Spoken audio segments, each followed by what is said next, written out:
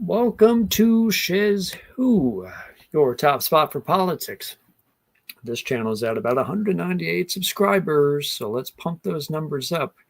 We did a show today. We're doing another one right now, and I want you to make sure that you like the video for it. Go to this channel, subscribe to Shiz Who, and share this around with others too, because they're going to need to know about the District 6 and the race for it. So before we get to that, I want to shout out that which keeps this specific show going. And I'm going to start, of course, with the Dissent Agenda, hosted by Melissa Lucasen and Cody Connor.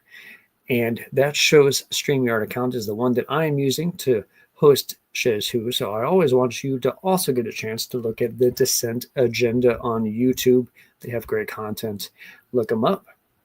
I also want to shout out Mr. Farley Perkins at the Farley Perkins Agency, because he'll help you with your insurance needs here in the Hampton Roads area. Look up Mr. Farley Perkins today. He'll help you out. Now, it's about 6 o'clock right about now, and that's usually dinner time. And what's good dinner time? Food.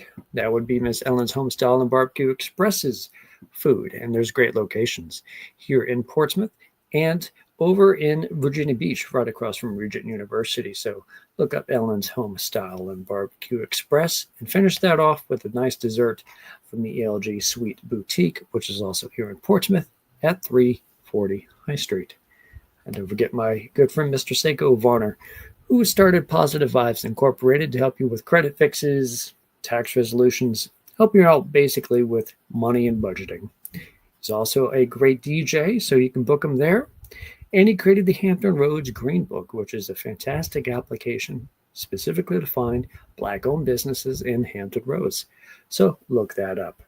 Last but not least, don't forget the Black Swan Mindset, The Chronicles, which is a podcast run by my awesome, lovely wife, Andrea Dixon Shezventer. Again, the Black Swan Mindset, The Chronicles, found on Spotify, found right here on YouTube at times. There's a Substack.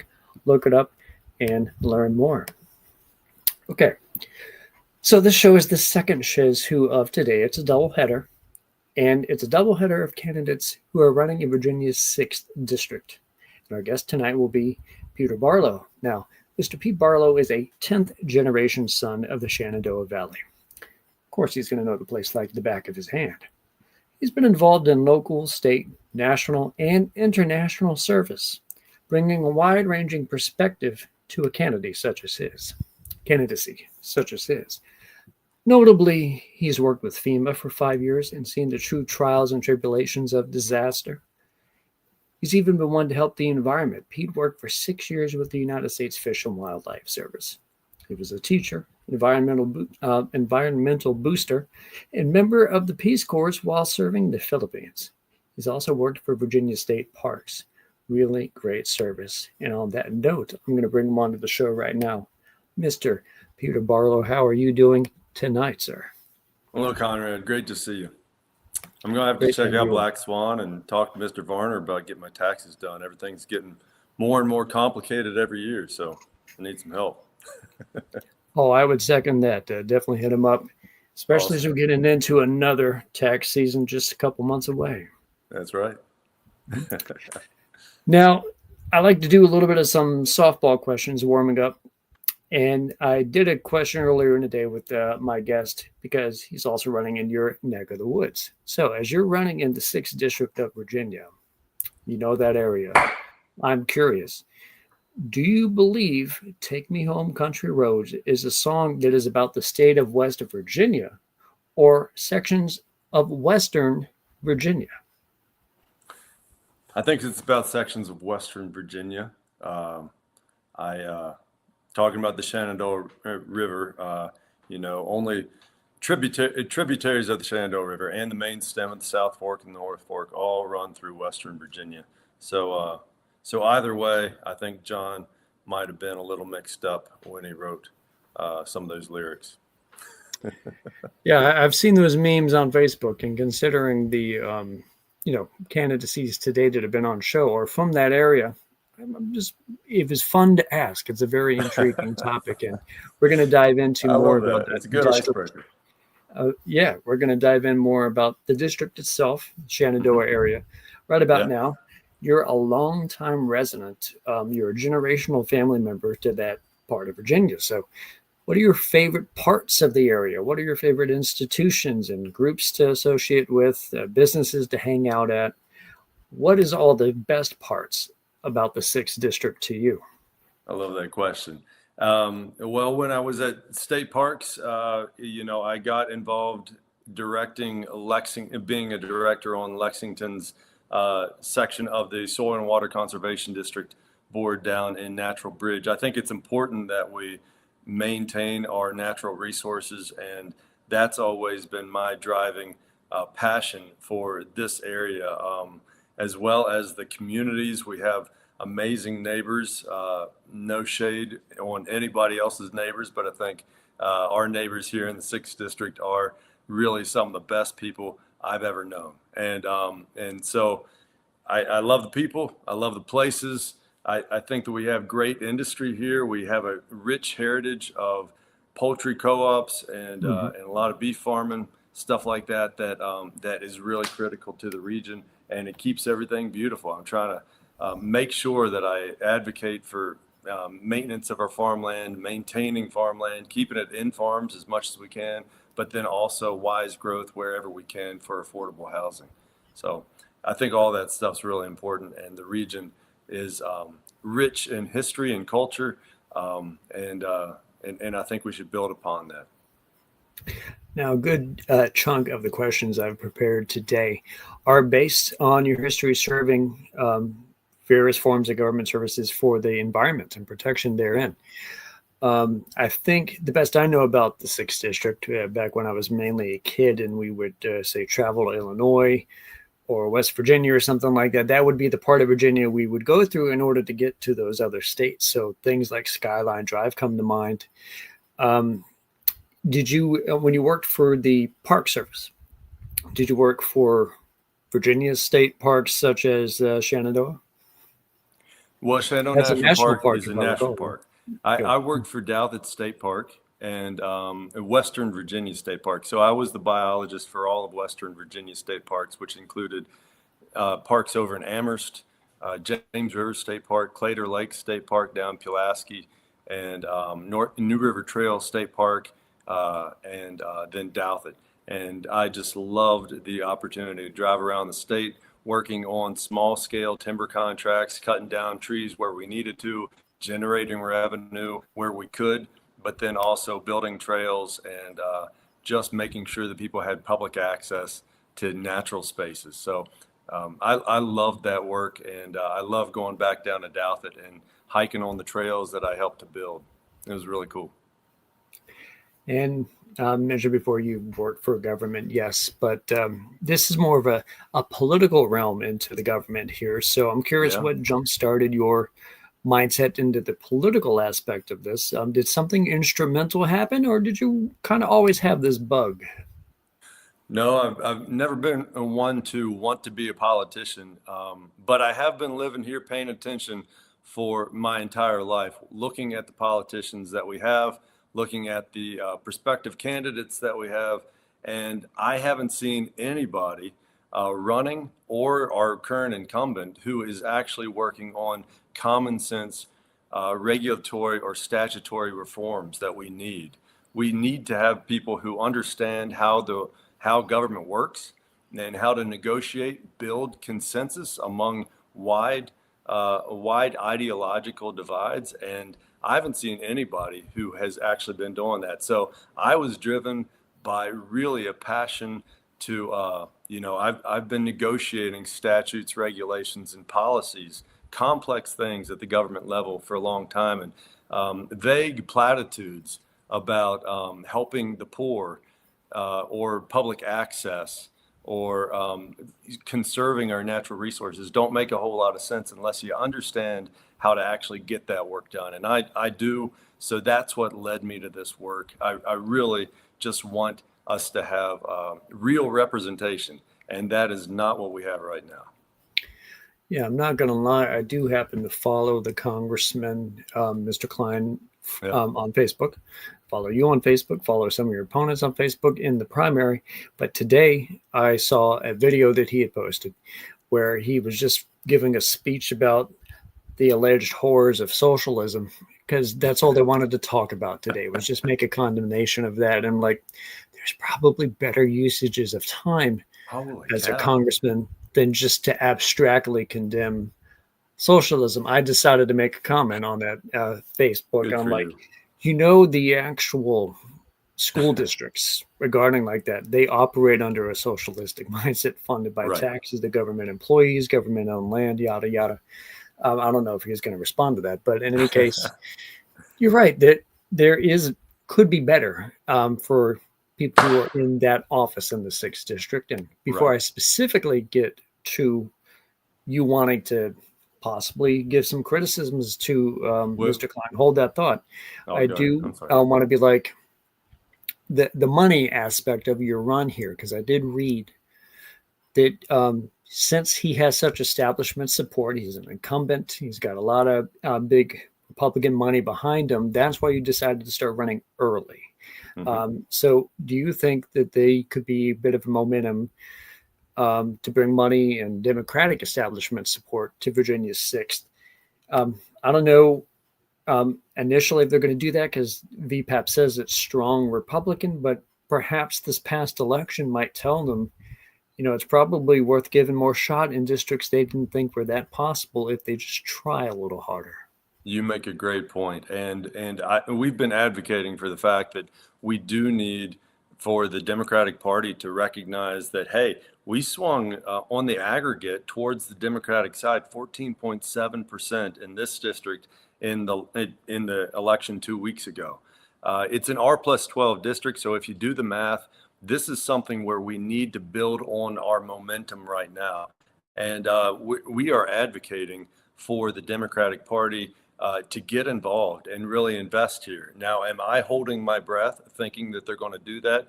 No, because in the past, we have really squandered similar momentum. Candidates have come to get as much as 41% in this district, and not one iota of additional national or big party support has come our way. So we are really driven on grassroots, making sure that we talk about not just articulating problems. That's what Congress people do all the time. We're talking about articulating solutions to those problems, and we have a lot of good ideas. I have a lot of good ideas for how we could actually build upon the farming community, make sure that we build upon the incredible gains we have in the poultry and beef sectors here, making sure that we actually incentivize first-time homeowners in this area, help out young people who need to actually start building leverage. Folks who are suffering, young people have 15 to 18% unemployment rate. That's unheard of. And we really need to lift those people up. Quit talking in platitudes, like I say. We really need to just do stuff. And I have some really good ideas for solutions to those problems. And I'm definitely going to get ready to ask about each one of those great ideas shortly as I move from topic to topic. But I'm reminded the fact that I live in Southampton Road, which is more of an urban-y type of high suburban type of environment. So what that's going to do, because it has, last I checked, all 7 cities, maybe 1.7 to 1.8 million people, that's going to draw a lot of the big names statewide. So next year when Mark Warner is running, he's going to be making a lot of stops in the Hampton Roads area, in Richmond, and Northern Virginia. And I'm curious, will he make any stops that is what's considered in the 6th district of Virginia? Would he want to do a tour shooting pictures in those great parks that you just mentioned earlier, or talks about ways they could bring some new investment federally into areas that might seem a little hurt by things? And those could be part of your ideas, but I'm just wondering if the state party is going to want to focus there when they're just trying to focus east of 95.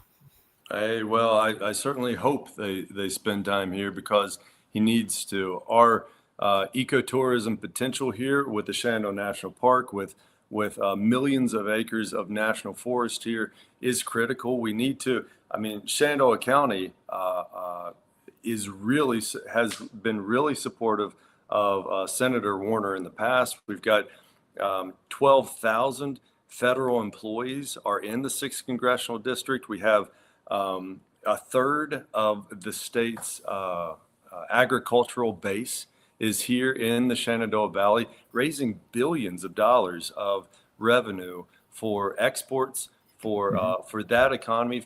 We've got 40,000 poultry jobs here in the 6th Congressional District. I hope he shows up, but I can't speak for him. And now I want to shift a little bit more to the Republican incumbent that is in that district. I referenced Mr. Klein earlier, but in terms of him, what do you know of him directly?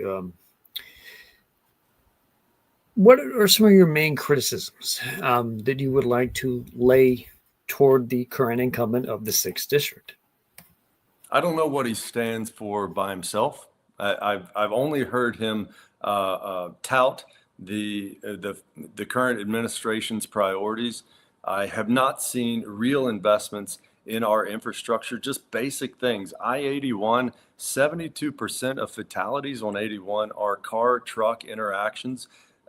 Ben could have been working years ago on a third lane so that we have a car only lane, and we have sleeper lanes for trucks to overnight in safe areas. But he has not been investing in that. 5 times he's had the opportunity to vote in committee for appropriations to 81. 5 times he's not voted in favor of it. So, you know, it's really basic things that Ben's not doing. And I really think he's been milking the clock. He's been making money, but I don't see any product of his work.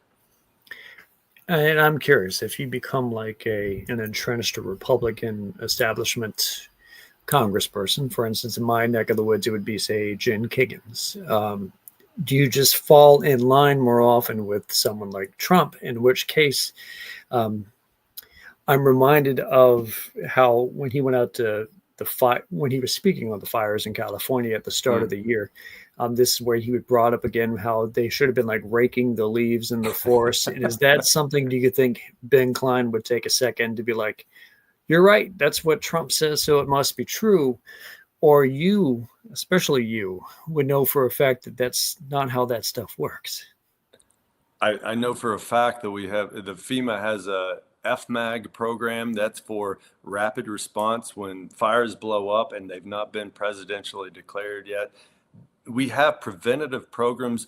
Trump just trimmed down a 170-page FEMA Review Act paper from 170 pages to 20 pages. You know what he took out? He took out every single iota of pre-disaster mitigation, benefit cost-effective mitigation, so that we can prevent loss of life, infrastructure, and ultimately taxpayer dollars by not building the same shoddy stuff twice. Like, those were smart things, and he just took them out. I think it's because Secretary Noem didn't want that.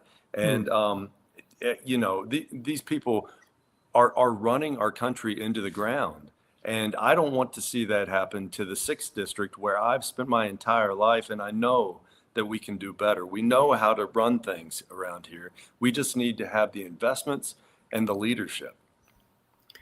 And I'm just reminded of the fact that people like Secretary Noem, Secretary McMahon over there in the Department of Education, going into that role, sort of knowing that they want to preside over their tenure in that division of the government, knowing that it's going to be deconstructed. And I don't think I would ever want to join FEMA knowing that my goal was to destroy it, or the Department of Education, and that would be my goal, is to eliminate it. FEMA has a need nationwide. I remember that meme I saw, it was either today or yesterday, where ICE got out to that part of North Carolina faster than FEMA did because of that hurricane. And I'm like, that shows too much strength in ICE and not enough strength in FEMA. And I'm sorry, I wonder how much you would be able to add to that, knowing that if you were in 6th District, how much more do you want to augment the services and the funding for FEMA? Well, the amount of vitriol and division that this administration and sycophants like Ben Klein are adding to the conversation is abhorrent. Like, I've got colleagues, I could go on and on. I've got colleagues who are working down in North Carolina after Helene last year who got shot at, who got spit on by people who have been enraged by vitriol that they hear from administration that knows nothing but discord. So I could go on and on about that, but I want to talk about disasters and how I think that that ties in to the 6th congressional district. One of my first memories was after the 1985 floods, standing in muck with my father. I wasn't much help because I was too young, but I remember trying to lift those shovelfuls of mud in somebody's house. It was church folks, it was folks in the community. Everybody showed up. Nobody was talking about politics, who you love, what church pew you sit on. We were just linking arms, making sure that people got back up off their feet and on their feet rather. And that's the most fundamentally American thing I can think of, is helping people. This is the FEMA motto: helping people before, during, and after disasters. Having worked at FEMA, I know a disaster when I see one, and the biggest one that's coming for all Virginians right now, especially folks in the 6th congressional district, is the one in Congress. Ben Klein is doing nothing to help to forward some of the good ideas that came out of the FEMA Review Act, but we've got a district here that's 70% forested. What if something like Helene comes up through here? What if a wildfire gets loose because we don't have pre-disaster mitigation funds or early warning systems like the FMAG program, which is a grant program to put out fires before they're declared? Like, those are just common sense things that people need to know about. My opponents in this primary know nothing about those programs, and we need to have someone with relevant experience who understands how the government works to go there and not just talk about solutions, but make them happen.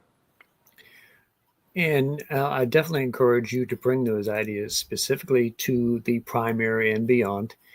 And I'm thinking in terms of, this is a Democratic primary in a district which in 2024 didn't even eclipse 40% of the vote.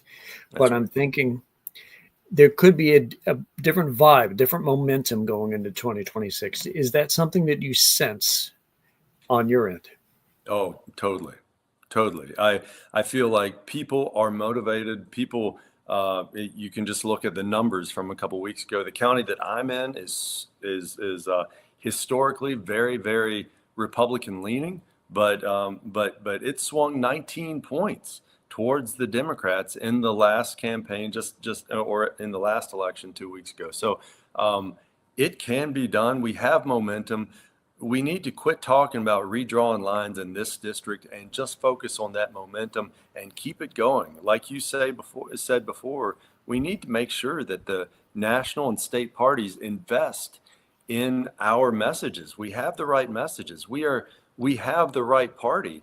We just need to be bold enough to go out there and talk to every single person, not just the echo chamber, but knock on all those doors of people who have been left out of the process because they say, you haven't done Obama, Bush, Trump. Nobody has done anything about the minimum wage in however long. Like, why aren't we doing anything about that? 2007, I think, was the last year. Yeah, that's pathetic. And you think about young people. Why are young people not as engaged as we would like? Well, I'll tell you why. Because they don't see themselves having a pension. They don't see themselves having a solvent social security system, because we keep on talking about raising the taxable threshold for Social Security, but we haven't done squat. So we keep on talking about doing something about climate change, but all those provisions in the Inflation Reduction Act for low embodied carbon that people like me were working on implementing, like, we're not doing anything about that. It's ridiculous. So of course young people are going to feel like they're not going to show up to vote. if they don't feel like we're actually doing anything. And it's all lip service just to get voting blocks. So I want to give solutions and actually talk about how we're going to get it done. And that's why I'm very curious about you use the word bold, and I encourage the use of more bolder ideas, which my next question is based on how those ideas are going to be branded, what type of personality is the one who will brand them.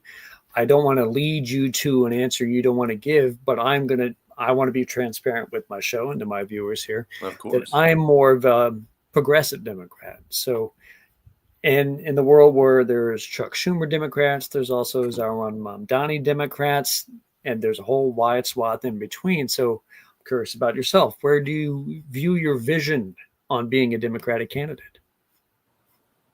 I think that we need to do it all. I mean, that might sound like a platitude, but let me explain. I think that we have to make sure that we codify same-sex marriage.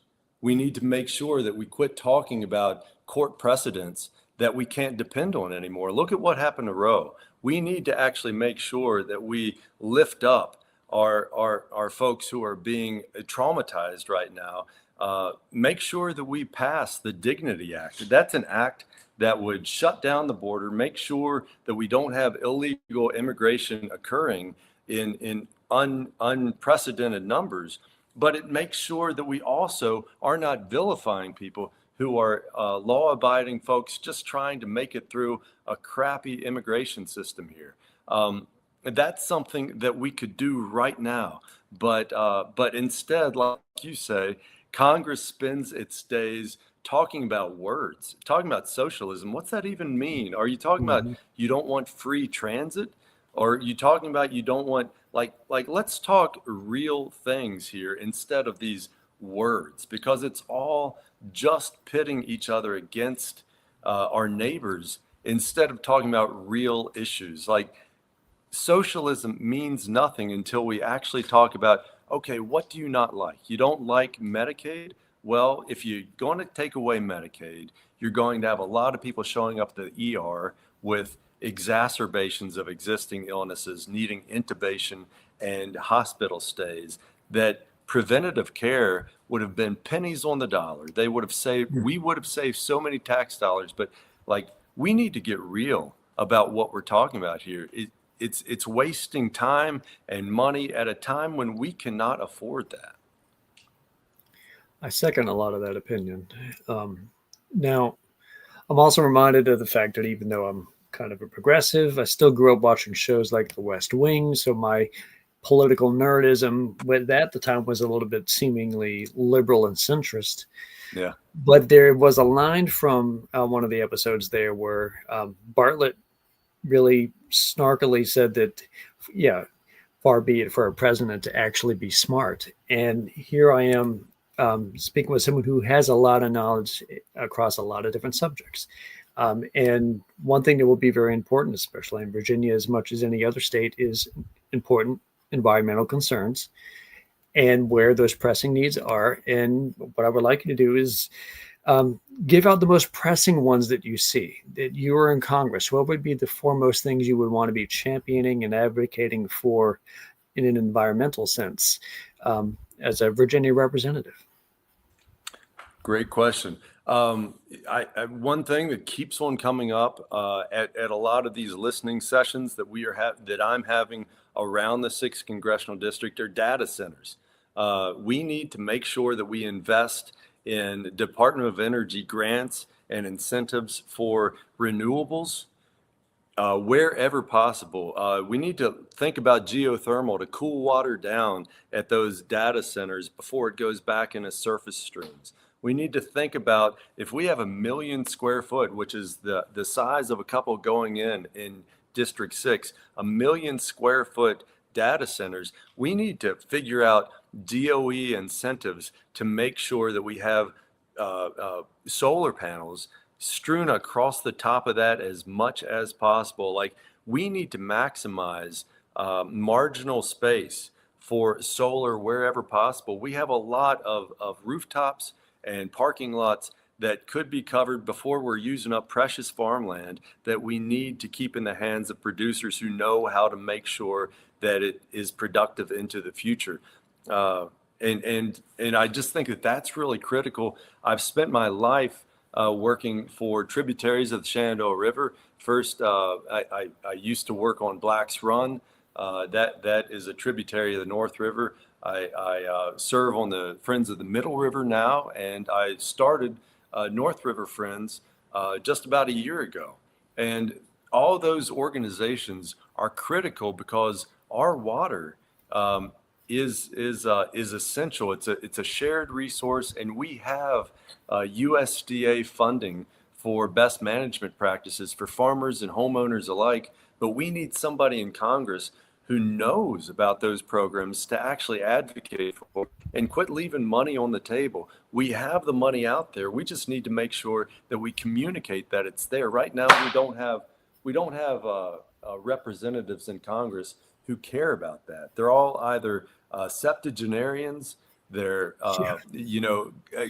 celebrities who are self-dealing, or they're spineless like Ben Klein. But we need people who are actually going to be there doing the job. I mean, it just blows me away that so many people are just not doing the work. I don't think they like their jobs or something. I don't know. Maybe they don't like talking to people. Yeah, I know think all Ben they do is Klein like doesn't. the title. I don't think they like advocating for the good things. They I just want guess to it is be the there power, to yeah. have the little thing on their office that says Congressperson. All the insider trading that they get to do, maybe. I don't know. But we need to get rid of that. Get rid of the dark money, term limits. Insider trading needs to stop. I mean, there's a lot of stuff we need to do. And the least of them is arguing over words for a whole day. Like, that's millions of dollars of taxpayers' time and resources going into them talking about words. Second a lot of that as well. So here are some more words. Atlantic Coast Pipeline, offshore Yeah. wind project in Virginia.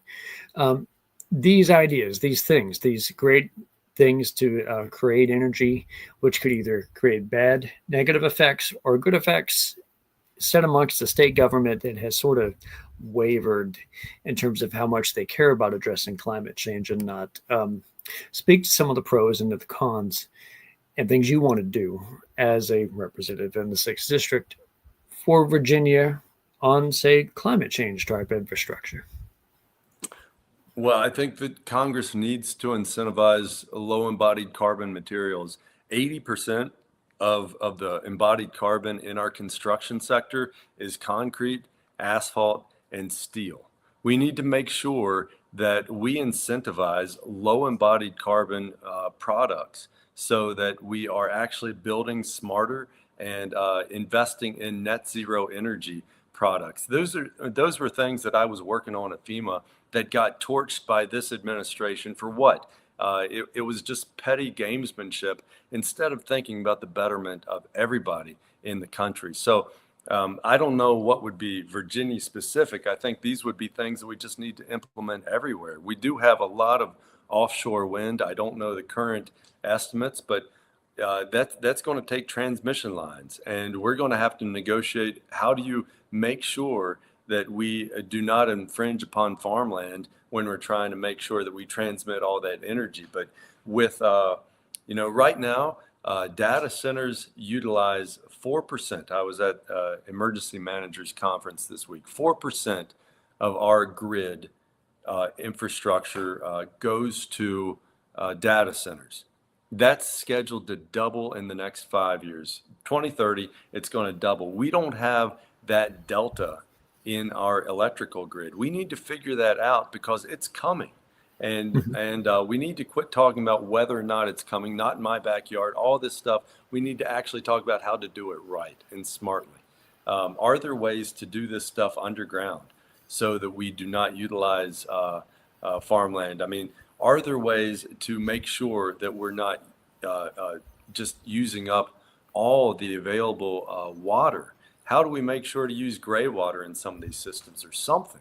But we've got a lot of problems coming our way, and we need people who are actually serious about doing the job instead of just getting another gig. And set against all of that stuff that we know that we need to do, thinking in terms both short term and long term, is the affordability crisis. We still have the fact that we got to fix the ability for people to do their jobs, get money, and then the money they have buys enough of the products they need and handles the bills that they have. So, how also would you like to handle the affordability crisis here in Virginia? We need to be able to tackle that. I don't know if you're thinking about any particular goods in particular.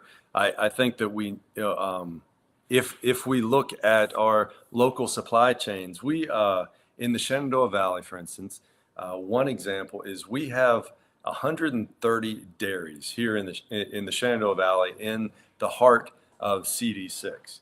Now, all that milk, a lot of that milk is going down to North Carolina to get processed because our local processing facility is actually making almond milk. That makes no sense. We're making almond milk out of almonds from, yes, 2,500 miles away, while we are shipping our local dairy out of state. Like, that is raising the prices not only for the producers, but also for the consumers. Like, these are just basic things that we need to address, and we need people who are close enough to the ground to understand how we can actually make that happen. So I think that's just one example of that's a supply chain that we could make more efficient and bring down the costs for dairy products. We're talking about classes 1 through 4. You know, those dry goods, cottage cheese. We got the solid cheeses, and then fluid milk. You know, all those things. The fluid market to the dry goods, we could actually process here and bring down all those goods costs. That's one example, but I think we could go down through all of the different things to talk about how we can actually make common sense reforms. One thing is not having an administration in place that is going to levy arbitrary tariffs on our closest trading allies. That's ridiculous, and it's led to a lot of market uncertainty.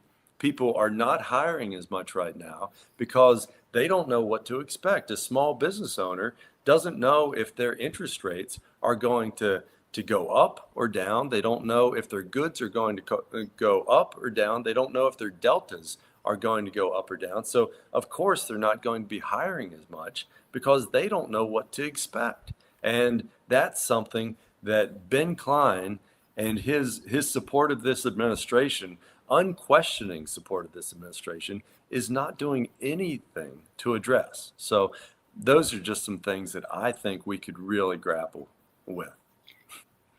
And one of the preeminent things that are always so costly, but nonetheless still so important, is healthcare costs, which Yes. another huge thing in terms of the affordability crisis is Republicans this year, Ben Klein, including Jane Kiggins, she voted for the Big Beautiful Bill, which is a misnomer, but nonetheless, their vote contributed to a projected cut of like over 180 billion toward Medicaid and stuff like that. Right. And I know I have my own "I want Medicare for all" type of comment here, but in order to get from where we're at to where we might be along the way, we might have to reinstate, say, those subsidies for the ACA or boost Medicaid. I know what I would do if I was in Congress, what I want to vote for. What would you want to do in terms of helping out healthcare from every citizen from over here in Virginia Beach to over there in the Shenandoah?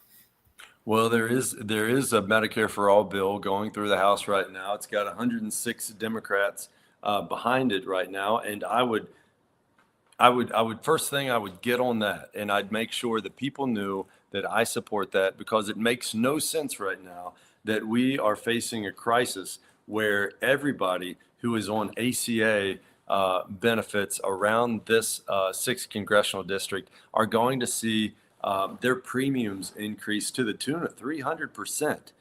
That's ridiculous. Medicaid costs are going to, Medicaid programs are going to be riddled with paperwork now that this administration, who likes to talk about efficiency, has now added paperwork that they're going to have to go through monthly reporting on fulfillment of work requirements, fulfillment of volunteering requirements for all these poor folks who are just depending on this program to get by.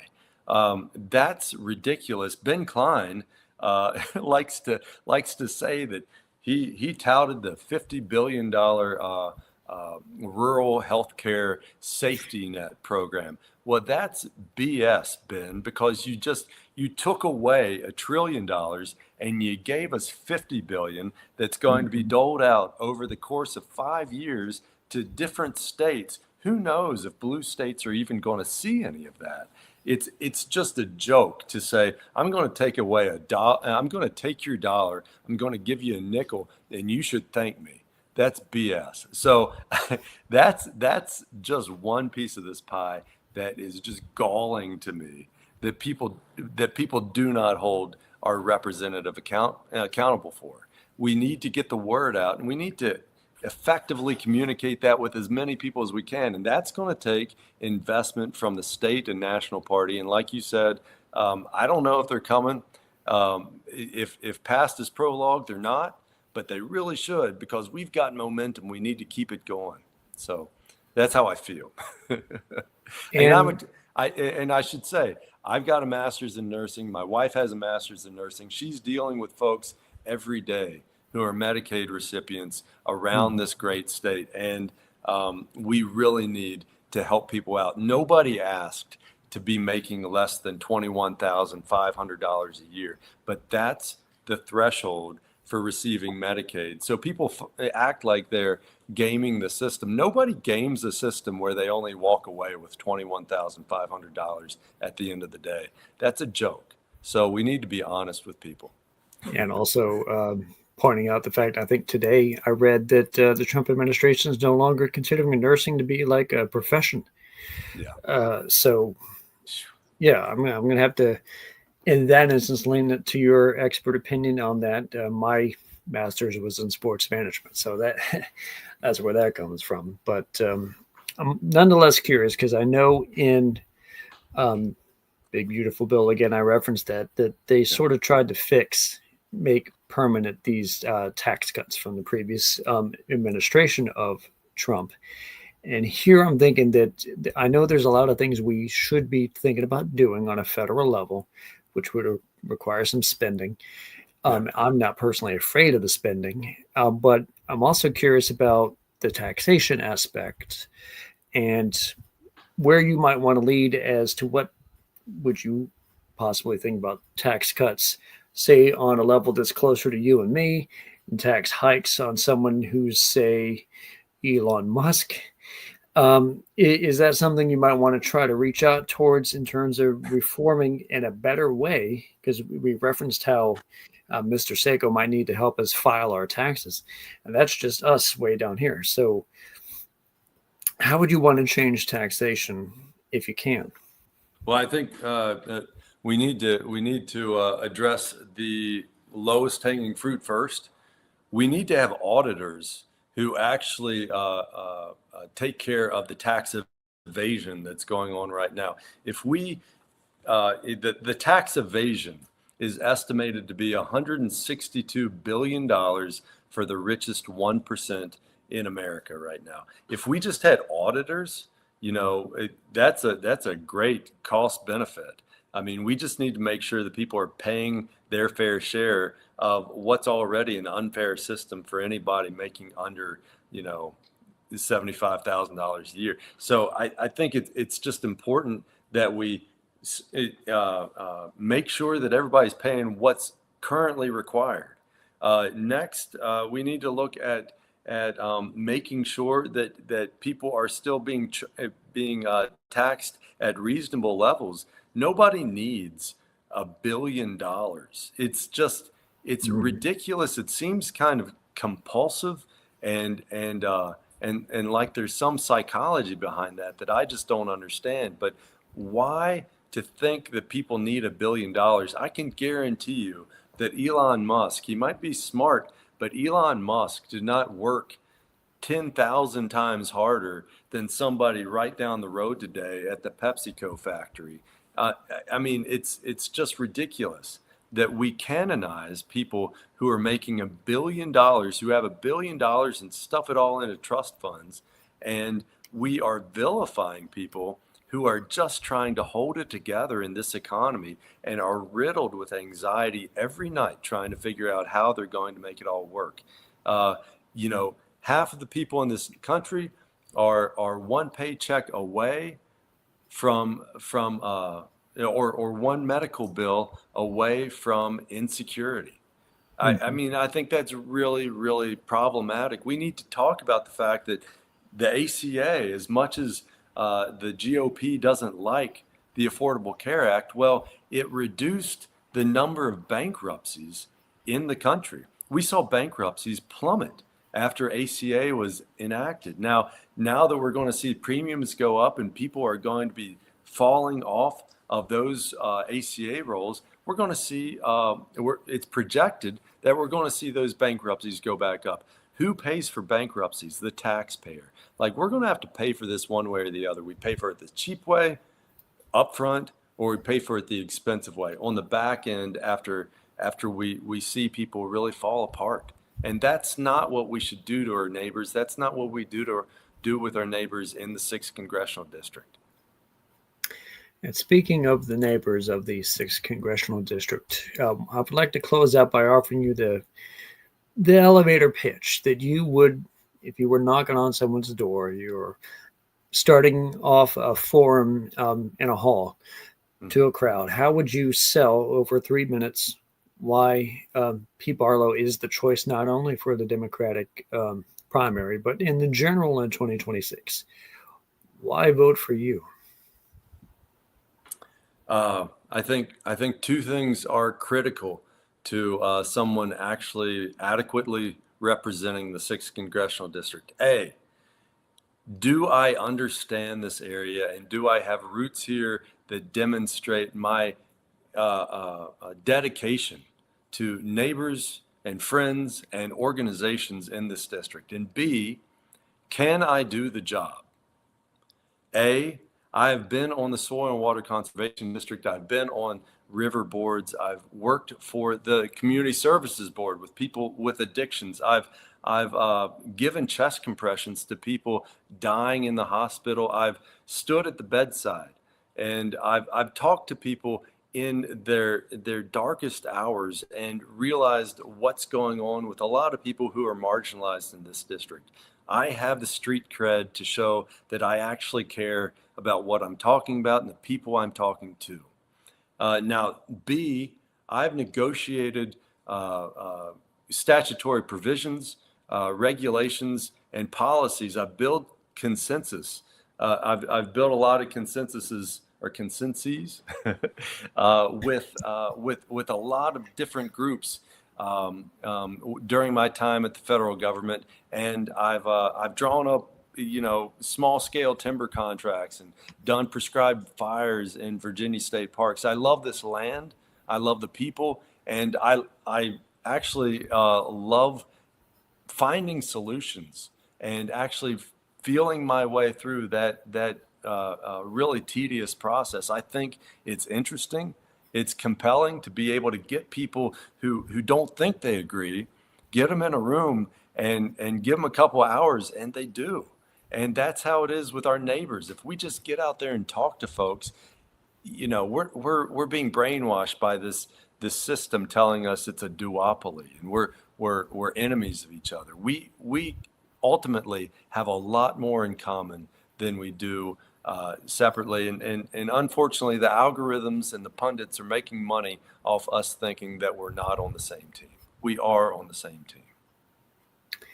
I want to thank you, Mr. Peter Barlow, for joining me today on Chez Who to talk about why you believe you're the best option in the Democratic primary and next year's general election for Virginia's 6th District. It means a lot to me to come on and just talk shop, talk politics with you. So I was entertained. I had fun. I hope you were as well, good sir. I was. Thank you so much, Conrad. Have a great time. And I love your show. I'm going to have to check out, What was the podcast that you were talking about earlier? Your wife does? Black Black Swan Swan. Mindset Chronicles, which is a I really will- good I way will- to help learn about being better in the mindsets, I will better as totally a check that strategic out. thinker. So I definitely want to hype hers up, and I'm glad you're interested in looking at that as well. And I definitely hope to keep following you and see great success and momentum in your campaign. And it just, I'm impressed. So I want to say thank you again for coming on, and that I hope you have a great Friday night and good weekend, sir. Well, I appreciate even-handed journalism, and you do important work. It's critical to our democracy. So thank you. Have a great night. Thank you, sir. Catch you next Thanks. time. And this has been another great Shiz Who episode. I'm Conrad Chesviner, host, and I'm glad you were able to help watch Pete Barlow for the Virginia's 6th Congressional District. Read more about him, go to his websites, and perhaps you might be able to vote for him down the line. Now, again, I want to thank you for watching tonight. Make sure you like the video, share the video, and most importantly, subscribe to Shiz Who, because I want to keep this thing growing and growing and growing. And I hope you have a great night.